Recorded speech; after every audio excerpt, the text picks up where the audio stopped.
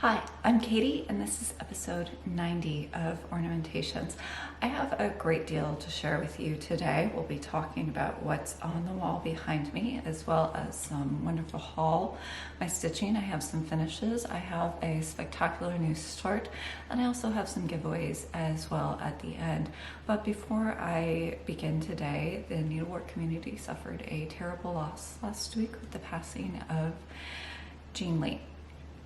One thing I'll always remember about Jean is the pure joy she took in her stitching. The very first time I met her, she took truly what I can only describe as delight in showing us many of her whips. This is one of them. It's a chart by GGR. I don't actually know the name.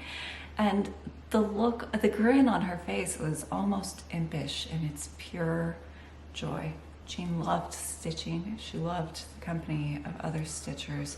And so I'm going to try and have as normal a floss tube as possible today, because I think what Jean would really want is for us all to keep stitching, to find joy in our stitching, and to find joy and comfort in the company of other stitchers. In the words of the woman herself, always forward. And before we get to AKG, which trust me, we are going to do, I'm very excited to share that with you. I have a quick update on the pomegranate kits. These were an extraordinarily quick sellout. Thank you so much. And 20% was donated to the Salvation Army for California wildfire relief on Thursday, January 23rd. Thank you all so much for your support of the kits and for the wildfire relief effort. Given the quick sellout on this, I have been asked about restocking this kit. Regretfully, the answer on this is going to be no, because the silk wrapped pearl that you see here is gone. There is a little bit of the tiny left. For those of you who got a kit but not a finishing pack, details on that are included in the supplemental webpage listed in your conversion handout, so you can still approximate an edging. It just won't look exactly like this. The thicker size of silk wrap pearl is completely gone. So to me, the edging is a really important part of this kit, and because that's not available, this has been retired and it is now full steam ahead to the Britomart sampler. The next floss tube kit I have on the schedule is Flag Thief for late spring. A great deal remains to be done to get the Britomart sampler released, so that is my current focus. Now we're through news items, so let's turn to AKGIT. Does this look amazing or what? I'm not preening quite as much as I would be under other circumstances, but truly this turned out better than I ever imagined. It's actually the only piece of my own needlework on regular display in my home, and you know what, it's worthy of that distinction. This piece was conservation mounted in a hand-built period accurate frame by Whitney Antiques. It has museum glass for protection because there is a lot of light in my home. And honestly, I may never do a framing job this fancy ever again, but to me, AKGIT is a uniquely special piece. It was also professionally hung because this time I went all the way to do justice to this finish. Actually, it was crazy. They came in, they had boxes and boxes of tools, mounting equipment. I took a million measurements. I was just sitting there watching them work going, this is way too fancy to be my life. So because it's been so exquisitely and precisely hung on my wall, I am not going to move it to bring it closer to the camera so that you can appreciate every detail. However, I am going to insert some photos here to give you a quick, better and closer look at this, because it really is exquisite, exquisite work. My original thought on the framing was actually something rather more minimalist, because I am a stereotypical millennial, but honestly, this is just perfect, so much more perfect than what I would have picked. And oh my gosh, it even matches my beaded pointer, guys. I can't believe it. It's amazing. Let's talk about some of the details here. This, if you're new to the channel, this may be your first time seeing this. This is AKGIT, 1833, charted by Modern Folk Embroidery. It is an antique Vierlande sampler from Germany.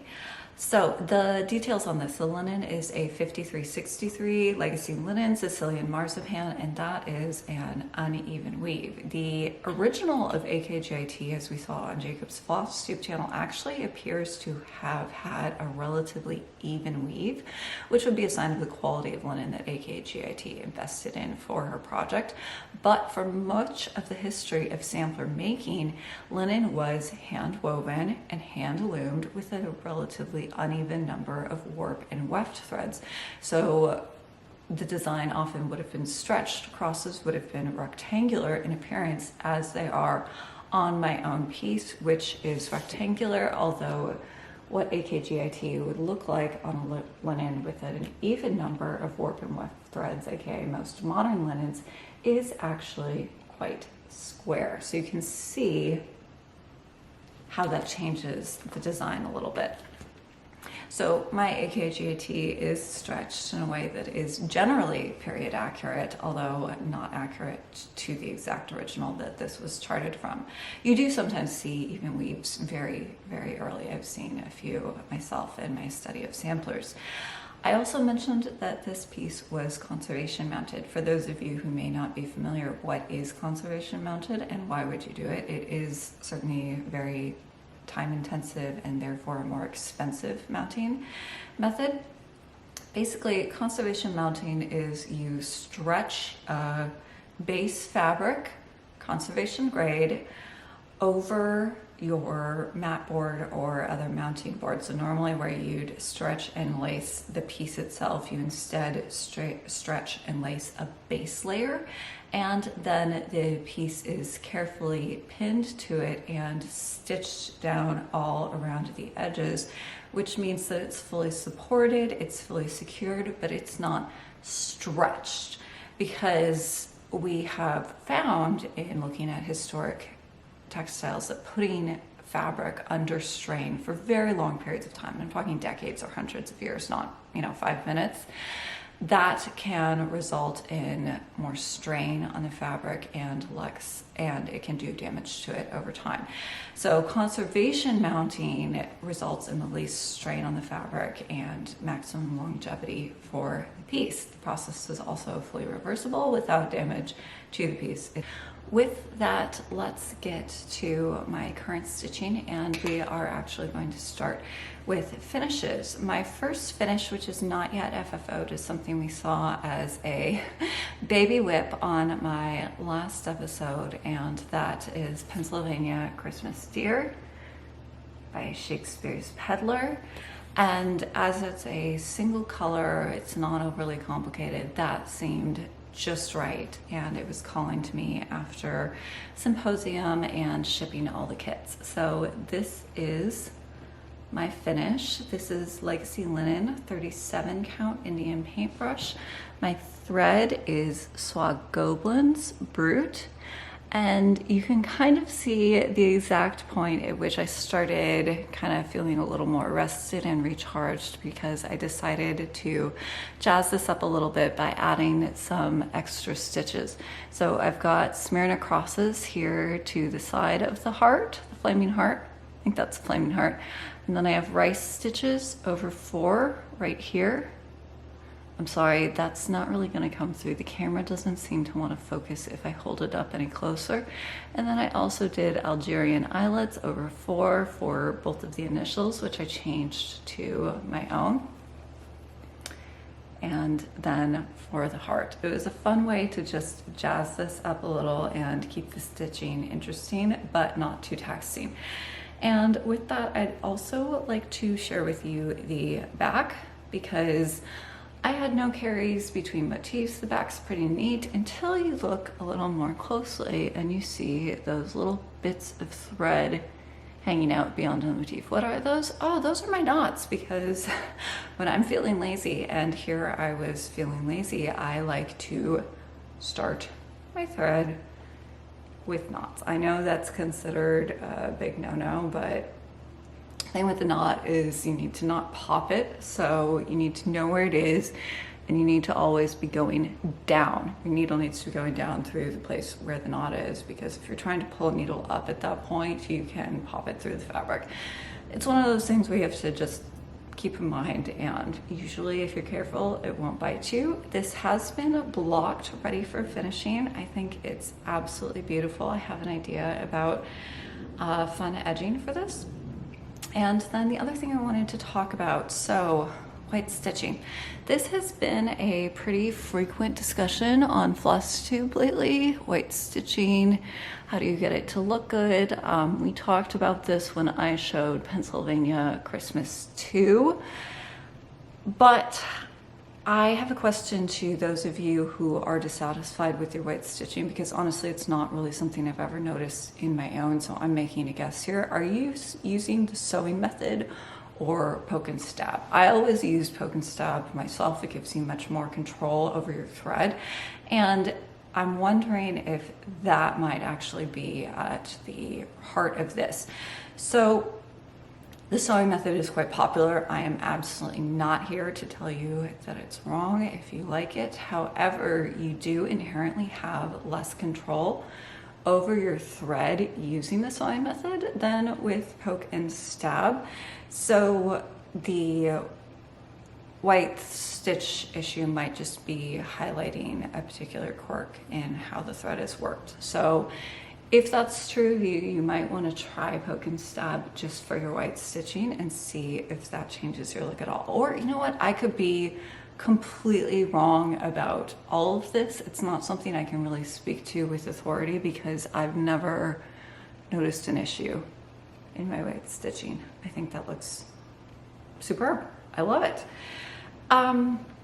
Practical tip on this one. I had to change my needle in the middle of this project, and so how do you know when your needle is worn out? And the answer to that is when you're experiencing unusual wear in the eye of the needle. So almost all needles today are machine made, and they have very tiny burrs in the eye, and those worsen over time, and at some point that'll get to the point where it starts shredding your thread in the eye of the needle. If you're seeing it tearing at your thread, then you know that that's when it's time to change your needle. The Gobelins, which is very, very strong and usually sees very little wear in the eye of the needle, was actually tearing and shredding. So I knew it was time to toss out the needle, and that was in the middle of this piece.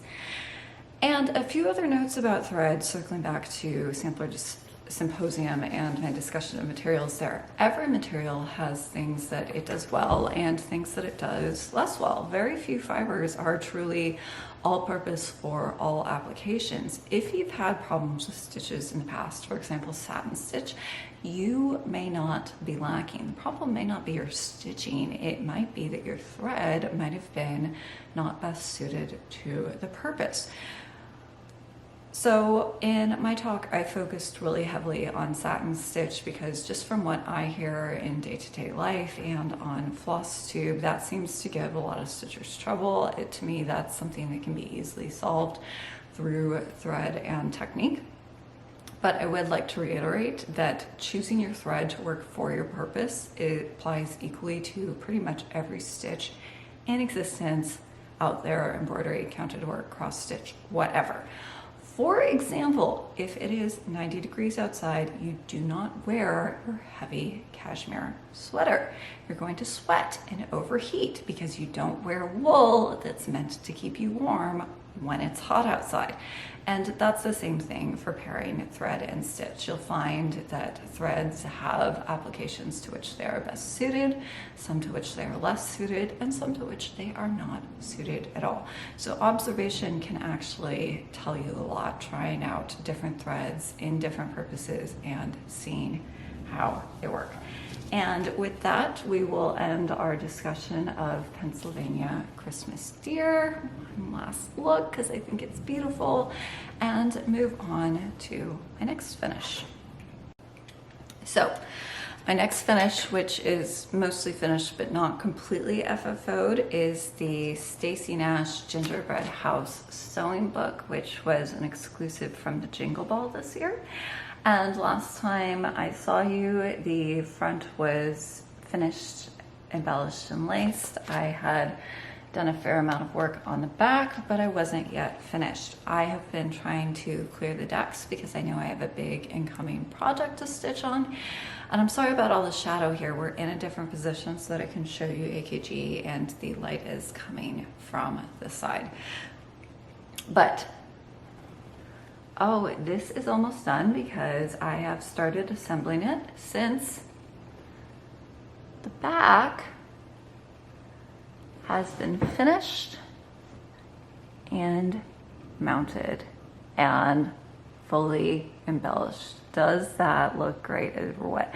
I did add the bugle beads, which are listed in the description, as well as all particulars about this stitch and conversion. And then I added one more thing from last time, which was silver lined red seed beads for the little highlights in the garland. I also on the back added a second brown, which was a Bijoux. And this is Pyrite.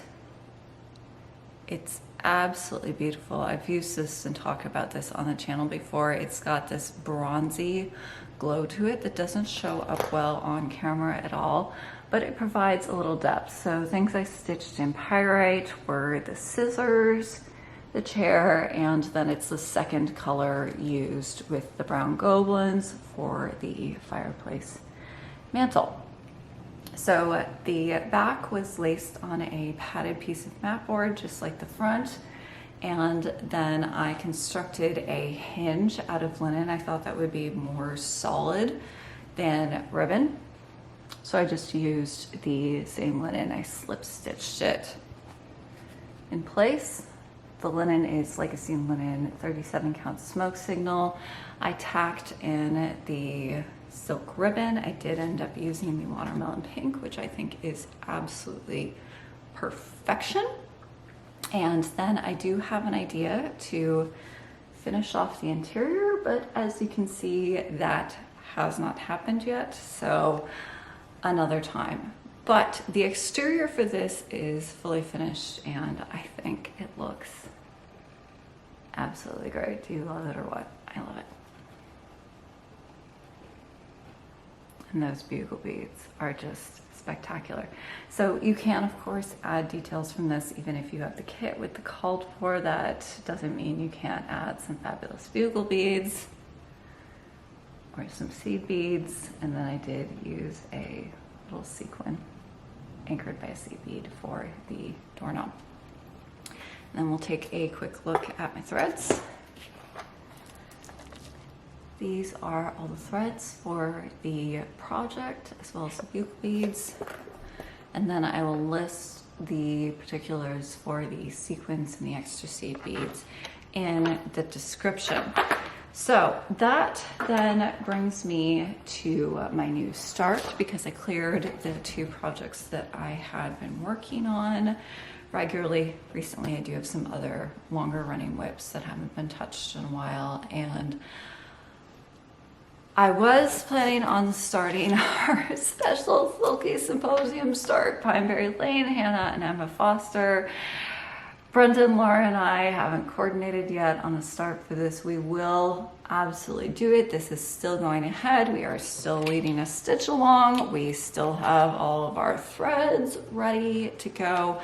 However, they were busy, I was busy, we didn't coordinate on a start. I'm hoping we will do that before next time, but I did have another big start to take its place. This video is actually being recorded a day late because I was waiting for everything to come in so I could have a sharp start, sorry about that, to show you. The light's gonna be a little erratic in this video. We are in the middle of an atmospheric river here in California. The rain actually has stopped for the moment. Earlier today it was just pounding on the roof, but the light's pretty variable in here right now, so I keep on turning the overhead lights on and off to try and get you good lighting conditions. It's not really happening for me today, so forgive me. Start. So,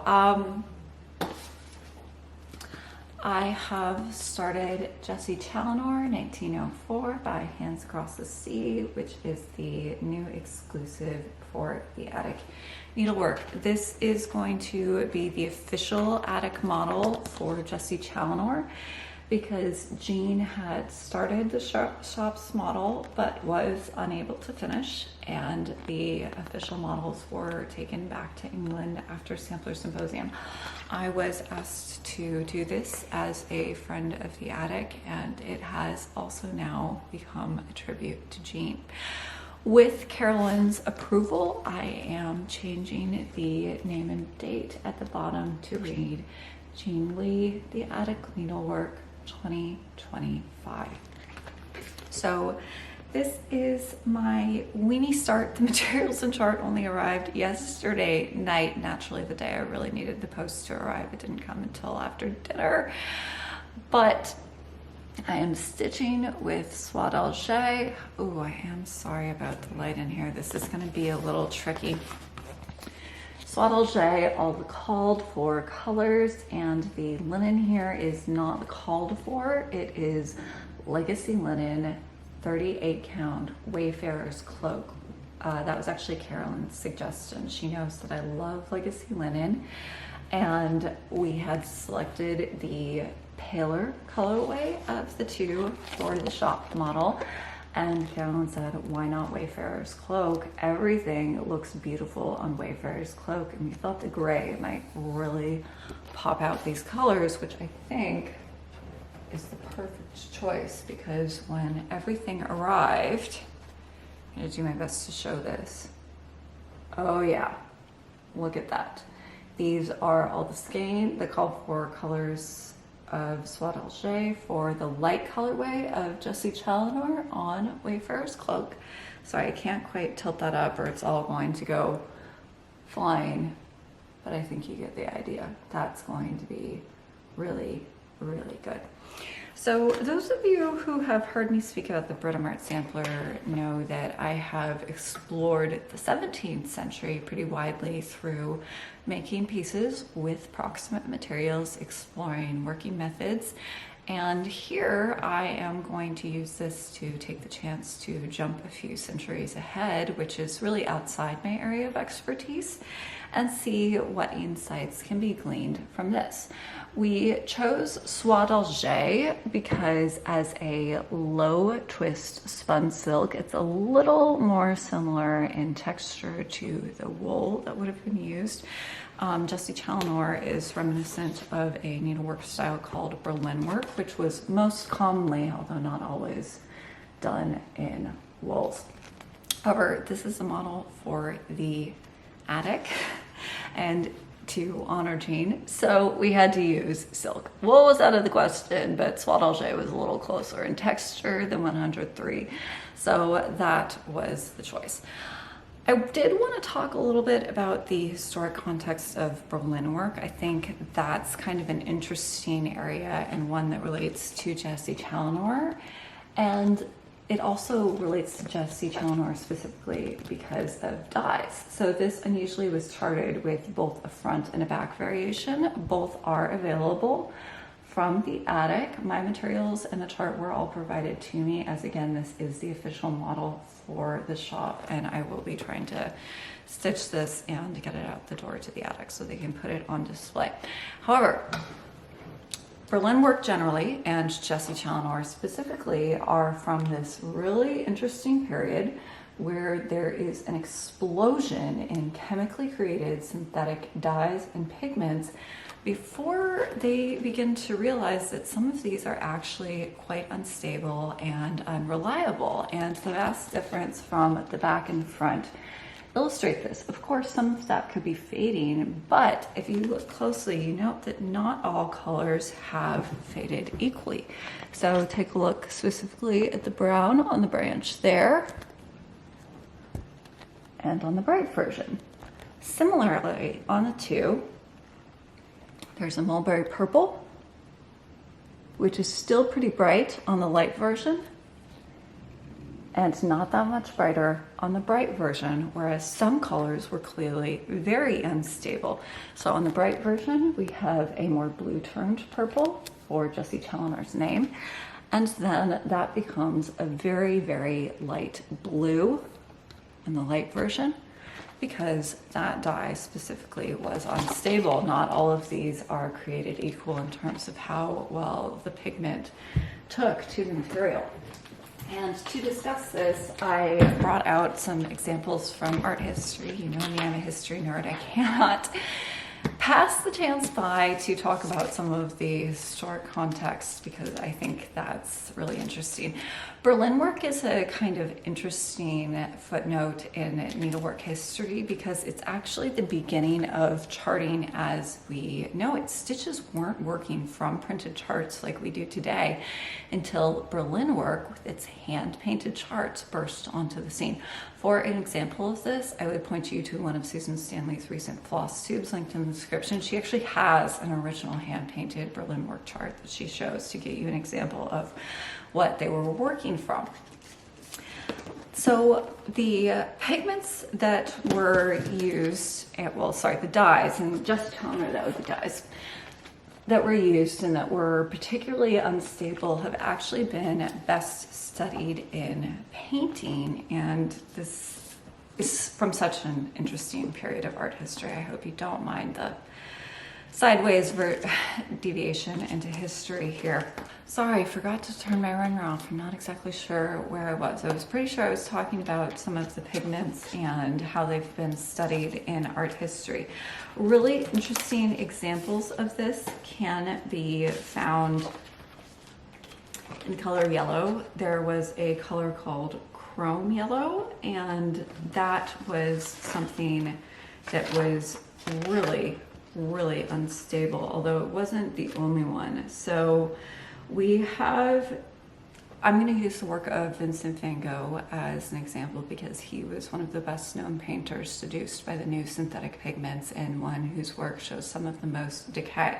So my first example, because I picked up the books in the wrong order, is actually not chrome yellow, but a violet pigment that he used. So this is a painting that belongs to the Van Gogh Museum, The Bedroom.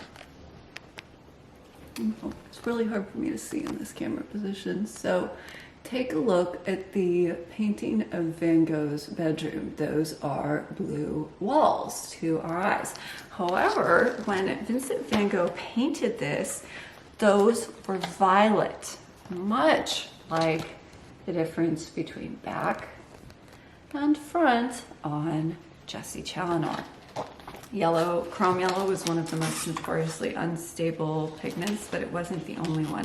So the books I am showing here today are Chromophilia, the story of color in art. This looks at a lot of examples of different hues and pigments and their history. Color, as you know, is one of my particular passions, and not just in needlework, but in all forms of art. And then to look again specifically at Van Gogh, he loved chrome yellow. Yellow was an expensive pigment at the time. The natural produced yellows is very difficult to get a really intense saturated yellow. So chrome yellow, which is less expensive and highly saturated, bursts onto the scene, and Van Gogh is one of the artists seduced by it. His sunflower paintings are the best known examples of this because this one's actually better preserved. This is from the Philadelphia Museum of Art. However, there is way more brown in this and more orange than there was meant to be. This was originally an explosion of rich, vivid, searing yellow. It chrome yellow turned brown over time. And then this is his painting, Woman Rocking a Cradle, which these are some synthetic pigments that have survived better. As you can see, not all of them were unstable. Those greens and that vibrant red have actually survived pretty well. So it's not that everything from this era is inherently unreliable. as we looked at with Jessie Challenor, and how not all of these colors have leached out equally from exposure to time and sunlight, but you have this explosion in synthetic dyes and pigments, and some of them you can rely on, and some of them you can't. Painters really got bit by this because many of them really embraced the new pigments, and then they found out, much to their dismay, once it was too late, that they were unstable colors and their work no longer represented their original intent. So this isn't the last time we'll talk about this, but since I don't actually have a ton of progress of Jessie Challenor, I mean, I dropped everything as soon as this came in to get at least a tiny start for you to show you today. Jessie Challenor is from a needlework tradition, Berlin work, and a color tradition, the explosion of synthetic dyes, that tells a story very much of that moment of time. And my own stitch tells a story of this time too, of our love for Jean. I invite you all to both join me in stitching this to honor Jean and in changing the lettering as I have described to honor the one and only Miss Jean. And then, because I'm being much more virtuous on this piece than Pennsylvania Christmas Deer, I am going to show you the back. I am starting every stitch with a pin stitch in honor of Jean. No carries, everything is going to be quick and neat. I want to do my very best work for the attic so that they have a beautiful model to put on display. Oh, this is gonna be a bigger job than I anticipated when I took it on. The stitch count isn't crazy. It's 223 by 178, but it is really dense with a lot of color changes. So we will find out in real time just how fast I can go. So I hope you will join me in honoring Jean with Jessie Challenor if you are so inclined. I do have a little more stitching, but it's on my casket, so we'll look at that in just a minute. I wanted to move to haul. So Jackie heard my plea on my last Flosstube and was a terrible enabler. So most of my haul is actually mother of pearl, some of which is, oh, going on my tree. I put my beautiful wren from the last episode right here at the top so that you can really see it on display. And I do have one more thread winder to go on the tree. There's another reason it's out, but we'll talk about that in just a second. And that is her tiny Jane Austen pin keep. I mean, it is 1 1/8 of an inch in length and just exquisitely detailed. It has all the detail of the larger one, but it's tiny. I actually have the medium size Jane Austen pin keep on here already, but I'm going to add the tiny too because you can never have enough. So I got one extra thread winder from a tree, but the other things I got were different items, and they all come in Jackie's beautiful packaging, really secure. You can reuse it for all kinds of things. I like to use them for bead storage. I also got a mother of pearl needle minder, and I actually thought at first that the holes on this were purely decorative, but I am going to have to use this for Jessie Challenor, because what you can do is, if you've just got a strand of color, which is going to happen to me quite often using Soie d'Alger on Jessie Challenor, you can take your needle, pull it through one of those holes, and then use it to park different strands of floss. How clever is that? And it's also got a beautiful raised, I'm not sure if that's a star, a sunflower, or a flower, but whatever it is, it's really pretty. So needle minder. I also got another spool holder. This is one of her new styles. And what I'm going to do with this is I'm going to take one of my used spools for the Britomart sampler and put it in the Britomart casket. So many caskets contained fancy toys, but some of them still have everyday sewing items in them, little bits of needle lace, some thread that hasn't been used, really just surviving remnants of the stitching life that produced them. For me, the Britomart sampler is very much a story of materials, so I want to put just a little piece of that in my casket. It will be one of the greens that I had made for the Britomart sampler, and to make it fancy, I have a little mother of pearl spool holder, so that will honor the original casket and also a little piece of my own work. But where I really went crazy was on pin keeps. Jackie had a ton of these on show at her pop-up shop, and yeah.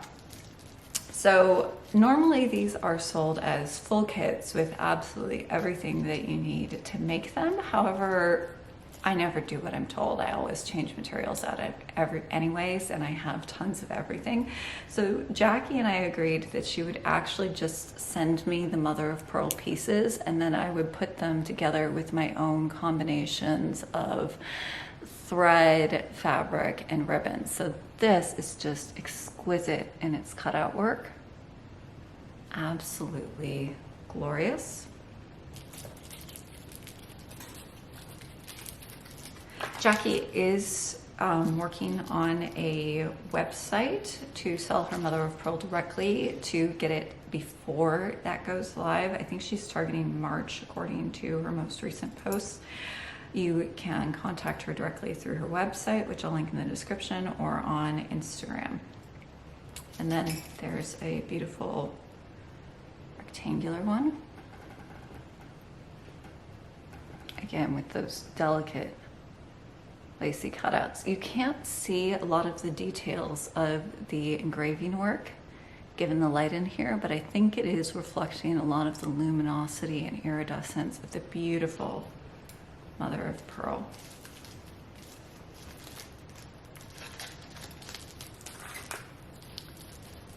Third one, and I'm not done. I really did go pretty nutty. All my restraint at the attic was for naught. This is a beautiful square one with flowers and leaves. Oh, absolutely glorious. I love it. And then, ooh, dropped it, but it's okay. Thank goodness. That would be very depressing. And then the last one I actually already made up because this was my very, very favorite of the lot, and I just could not wait. It's also going to go in my yellow casket, which is the embroidery piece we're going to look at in this episode. So I used a very deep gold silk, gorgeous coordinating grosgrain ribbon, put it all together. Might have to insert a photo here so you can really see the details of the engraving because it's absolutely exquisite. And then for once I actually put pins in. These are pearl-headed pins, well, faux pearl-headed pins. These are Dritz corsage pins. They're really inexpensive. They go beautifully with the mother of pearl. They're quite short, so you can sink them in at regular intervals to the beautiful pin keeps, and it's just a fun little way to add to your finish. So Jackie usually does contrast thread to stitch on the mother of pearl. You use double running stitch that then goes with the ribbon and fabric she's used. I like to use a off-white thread so that the focus is all on the mother of pearl. So I use Soie 103080, and that to me works really well, although Jackie's versions are also beautiful. So I brought the dove tree out, not because I got a million thread winders to add to my piece, but because people have been asking a lot of questions about the doves and on restocking them. So I have a question for you today. I really do need an answer on this. Please answer in the comments so I have everything in one place. Don't email me or message me on Instagram. Please answer in the comments on YouTube so I can really get a representative sense of what the opinion is here. We have a supply chain problem, like a bad one. So it's not the one I expected, curiously enough. It's these square beads. They're called Tila beads, and if we want to use the exact same beads that I used in the original, sorry, camera struggles with multiple focus points, then it is going to be at least a year and a half to restock the doves. I'm not kidding, I wish I were. However, there's a very similar bead, same shape, also clear, but it's got what we call a luster finish. I'm showing you what it would be. I have often used it on the doves. I used clear in the original supply run. However, you can, as you can also see, use a luster finish Tila bead to make these, and that I can actually get. So if you want doves, please vote in the comments. Do I substitute and try and move to a restock in 2025, or do we wait the extended period for the exact components that were used on my original model? I think the luster is a pretty good substitute. As I said, I did use it myself on many doves. I don't think those doves are lacking. It's just not what I used on the original model or in the original kit, so I feel compelled to offer you a choice. So go ahead and vote. Also, if you are interested in seeing the doves back, if you want a dove, please add your name to the notification list, which is linked in the description for this episode. Once I start ordering materials, I am going to have to set the quantity of doves in the run. I will not be able to scale up. It takes a long time to get all the components into place, and I won't be able to just add more if it turns out demand is higher than I expected. So please do get your name added to the list if you haven't done so already. I do have just a little bit more haul, but before we get to that and then the giveaways to end the episode, I wanted to take a look at my yellow casket. We haven't looked at this in depth in a while, so I'm going to start by recapping the project for those of you who may not be familiar with it or who may need a reminder. Well, refresher, really. This casket, rather unusually for my large projects, does not have a literary inspiration behind it. So the large stonework mirror was inspired by Marvell's Mower poems. The green casket was inspired by Marvell's Green Thought and A Green Shade. The Britomart casket was inspired by Spenser's Fairy Queen, his titular female heroine, Britomart of Book 3. But this casket doesn't have a story of that kind behind it. To date, it's just a collection of unusually beautiful things that inspire me. And I hadn't thought much about that until I saw the toys that I have made for this piece together. So we'll look at the interior in just a minute. But those are no, this is not gonna work. The beaded pointer that we looked at in the last episode, which is inspired by the 2024 Whitney Antiques exhibition catalog, and the Valentine that was inspired by the 2023 Whitney Antiques exhibition catalog. So really, this casket is a story about where I am in my life and in my artistic journey right now. This casket's also really special to me because it is the first piece in which I have really had a chance to use the threads that I have had commissioned for my work, the specific grains that I've wanted for over a decade. So it also shows where I am as a professional in my business life, having these materials available to me. So although the stitching on this casket will have intense pops of pink and red, I think the color story is really going to be green and gold. We are going to look at the stitching in just a minute. You don't just have to listen to me talk. But I did want to start with the interior. So So we've looked at this before, but this has a beautiful yellow interior of silk velvet and silk damask. The damask has been over embellished with pearls, seed beads, bugle beads, and spangles. Hope you can see that. Not in my usual orientation, so this is a little difficult. It's delicately sparkly and just beautiful. Oh, that's the money shot right there. So that's the lid. And then the interior is relatively plain, but it has these beautiful toys for it. The mother of pearl pin keep that I just showed you. That's why I used this intense gold, because it goes just perfectly. The pointer. And then the heart. So, no, there we go. So I have lined it with this beautiful intense yellow silk velvet against which the toys really pop. And then the side compartment has a little more of the damask as well as the lining for the tray at the back. And then inside the little compartment here, this is actually where I'm going to keep my pin keep, because I'm also keeping some special needles that have been retired in honor there. The needle for AKGIT is currently inside there. I'm going to add the needles that were used for the Britomart sampler there as well. And I need to make a little needle holder to signify, at least to myself, that these are needles of special significance that have seen exceptional service. Normally I just toss my needles, but a few I think did such good work that they deserve to retire in honor, as I've talked about before. So this is a short flat casket style from Thistle Threads. It's already been fully papered on the exterior. The interior has been finished. It's ready for embroidery to go on.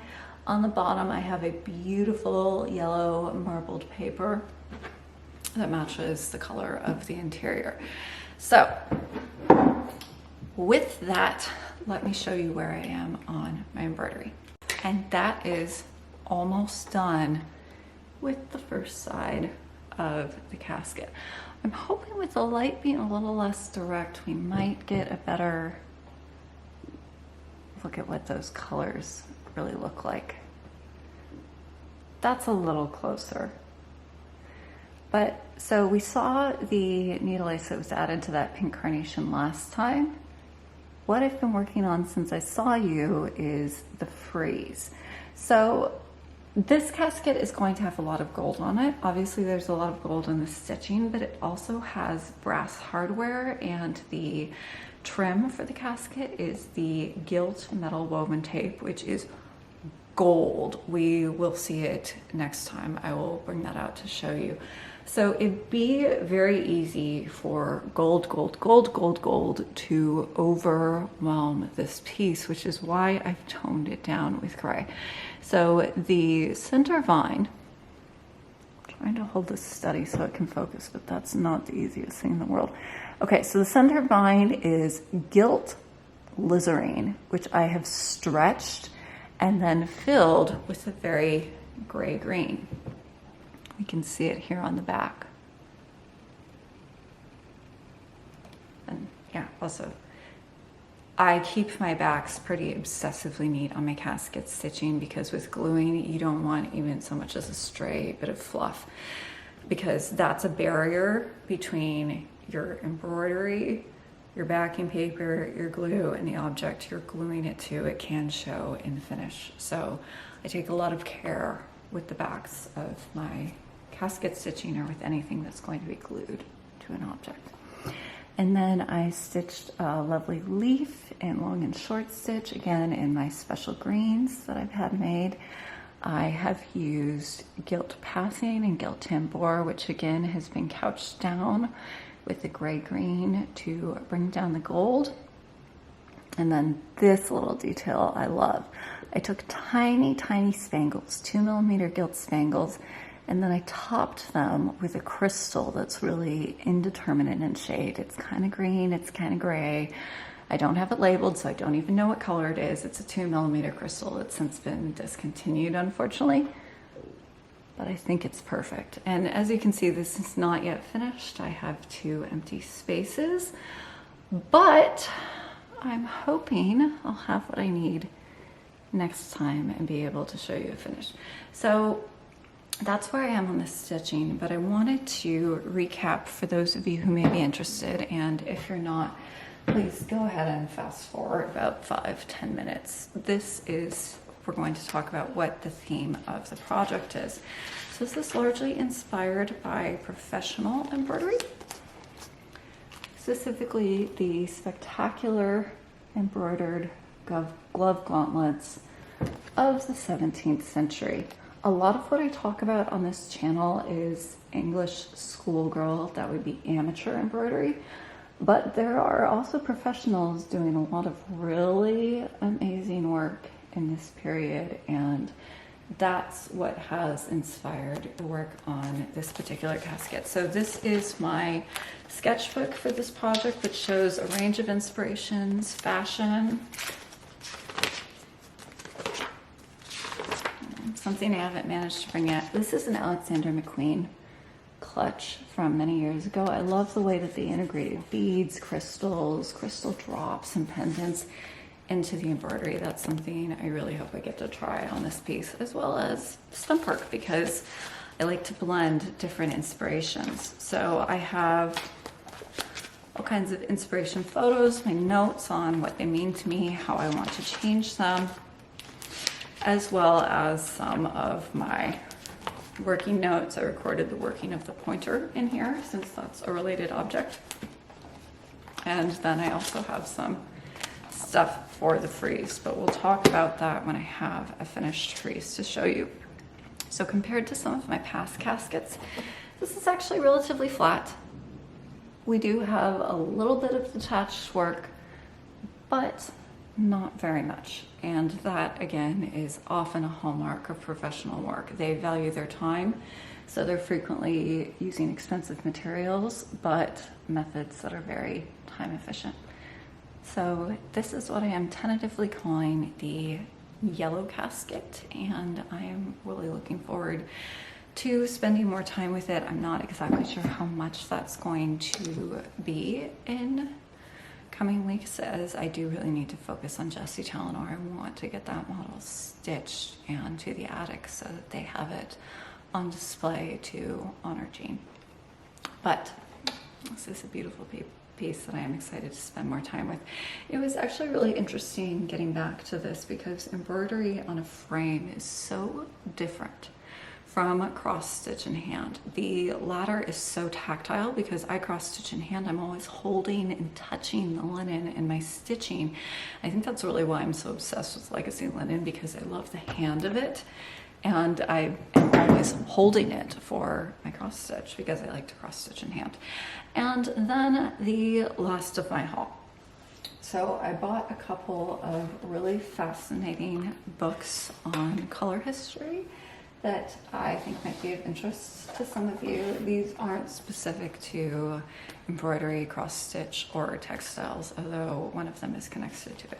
The first is called The Artist Palette, and oh, the color nerd in me is just obsessed with this book, because it shows palettes of different artists. It matches them up with paintings that where the colors are similar to what remains on the palette. Breaks down the color composition of the painting, talks about the history of the artist, how it might relate to their work. Oh, this is just geek central.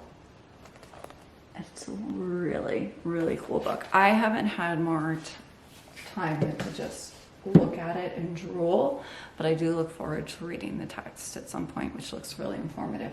And the other one is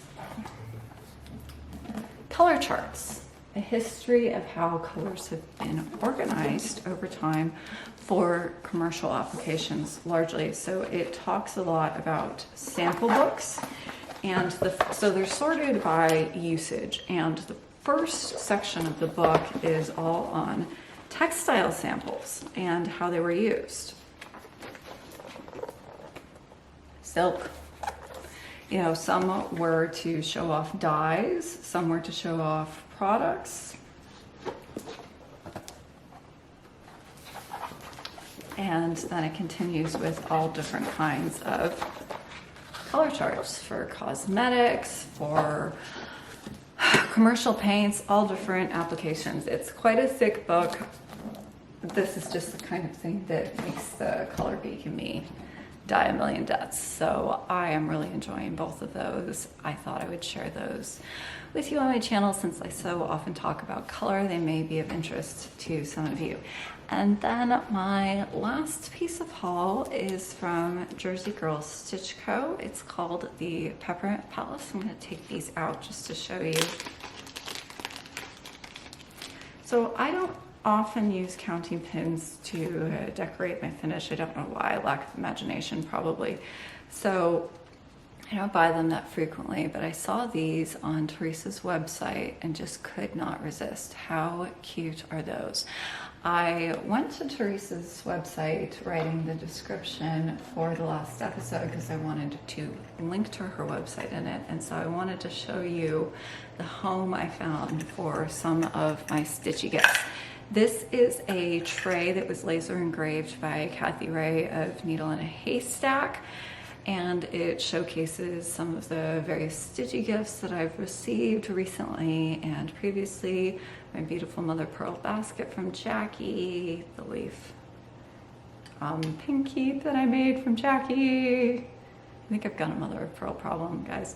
But then what I also wanted to show you is the home I found for Teresa's most recent set of pins. I keep a little bowl of strawberries in here as well, and I thought that these were just perfect with this particular strawberry. Oh, isn't it great? So as I said, I don't really keep my own stitching out very much, but that particular little tray of stitchy treasures lives on my desk.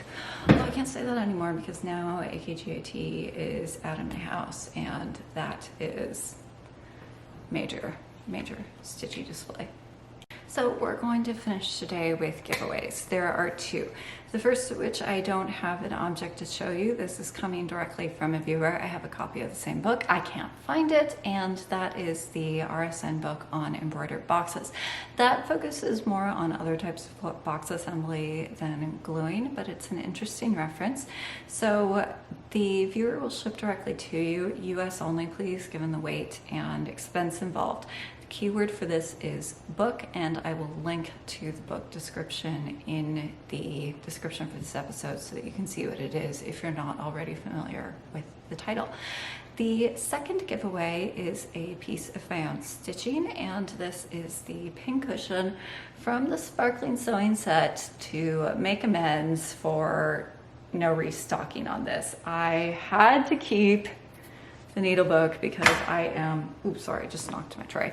I am absolutely obsessed with the needle book. That's not up on offer, but I thought I would give away the pincushion to a viewer since I will not be able to restock the kit. It has the beautiful Liberty Lawn, and the keyword for this is sparkle. So to enter, use the keywords in your comments, and then I will draw a winner in 1 month. My upcoming plans are to stitch as much as humanly possible on Jessie Challenor. I hope you will join me in that to honor the one and only Jean Lee, truly unique person who is irreplaceable in our stitching world, and I am very honored to do this for her and for the attic.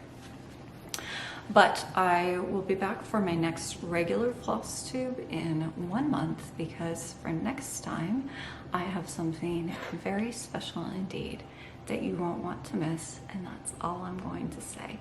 So I will draw the winners of the giveaways in 1 month. That's when I'll have my next regular Flosstube, but make sure to tune in 2 weeks for a very special event. I'll see you next time, and until then, happy stitching.